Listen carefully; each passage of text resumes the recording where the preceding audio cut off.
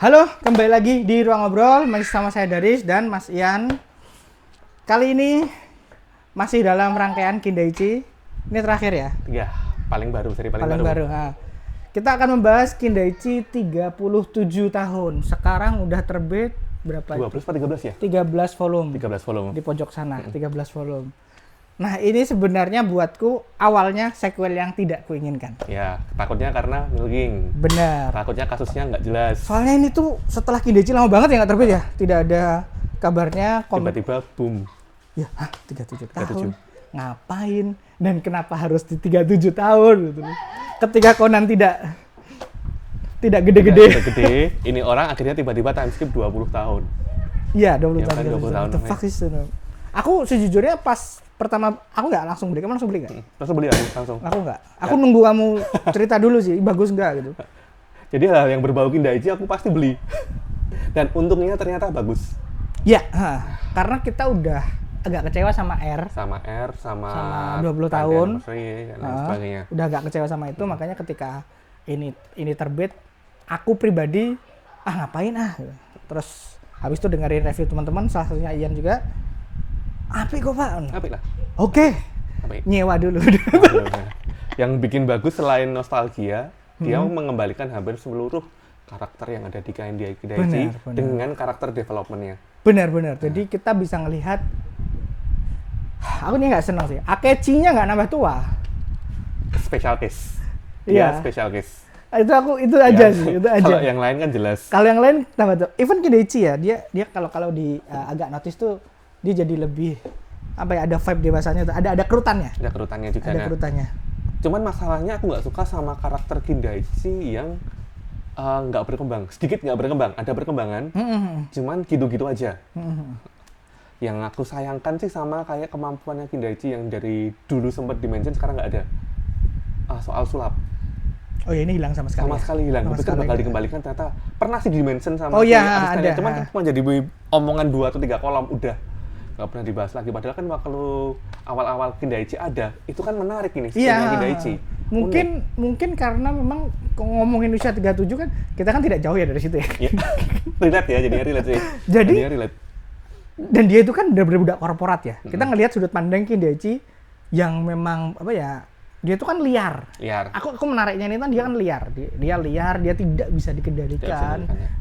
Dia selalu seenak sendiri.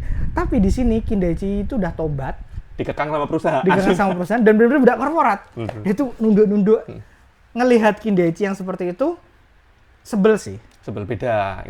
Sebel. Tapi menarik sebagai karakter. Karena beda. Benar, karena beda.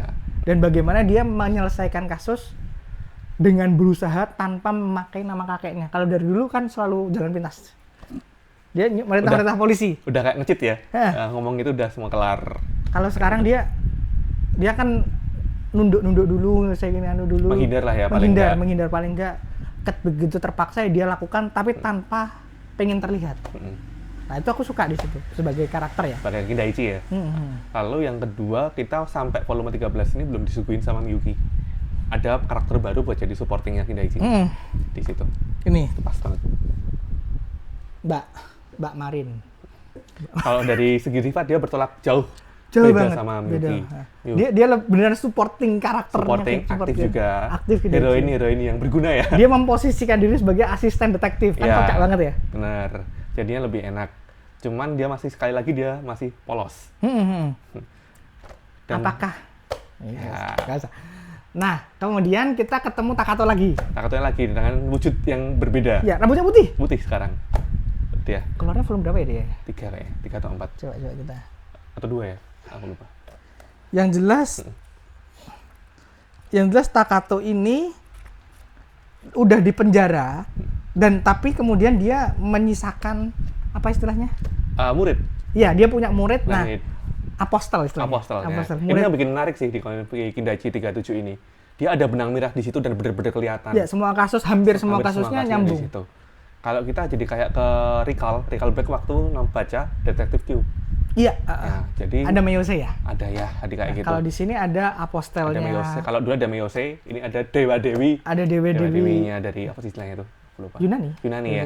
Ada yang satu dewi itu perwakilan apa dan semuanya tuh punya tujuan. Benar. Dan mereka dikasih tujuan sama Takato itu. Sama Takato.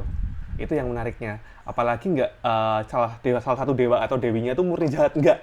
Nggak selalu jahat, nggak selalu jahat. Itu yang bikin menarik. Aduh, kita bisa simpati sama satu karakter. Dan itu kan bener-bener detektif banget. Iya. Nah, aku tuh ngelihatnya komikusnya tuh Seimaru Amagi sama Fumiya Sato tuh paham kenapa detektif Q itu banyak disukai.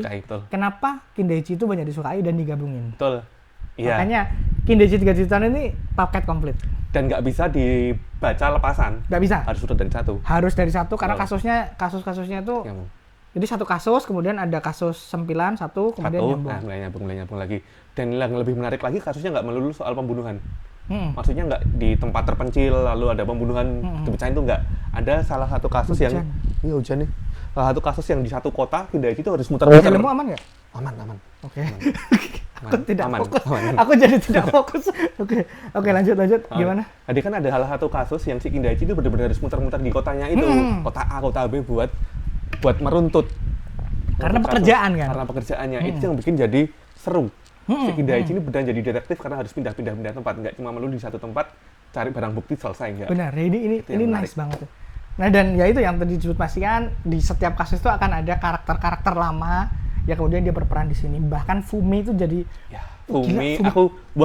Wah, ini develop paling terdevelop paling keren Fumi. Makanya aku ngomong Kindaichi itu kurang developernya dibanding supporting karakternya. Supporting karakternya gila banget. Nah, dan ini sekarang lagi hiatus gara-gara Alex nerbitin, tolong Mas Ian yang itu yang 30. 30. Gara-gara dari 13 tuh hiatus, kemudian dia Alex nerbitin ini sampai tamat, baru kemudian akan lanjut ke 14. Waduh, lama. Sumpah. Aduh, sayang banget. Aku lebih menunggu yang 37 soalnya. Karena di Jepang juga gitu. Oh, gitu. Jadi 37, 13 dia hiatus dulu. Dia bikin ini 4 volume, kemudian baru lanjut.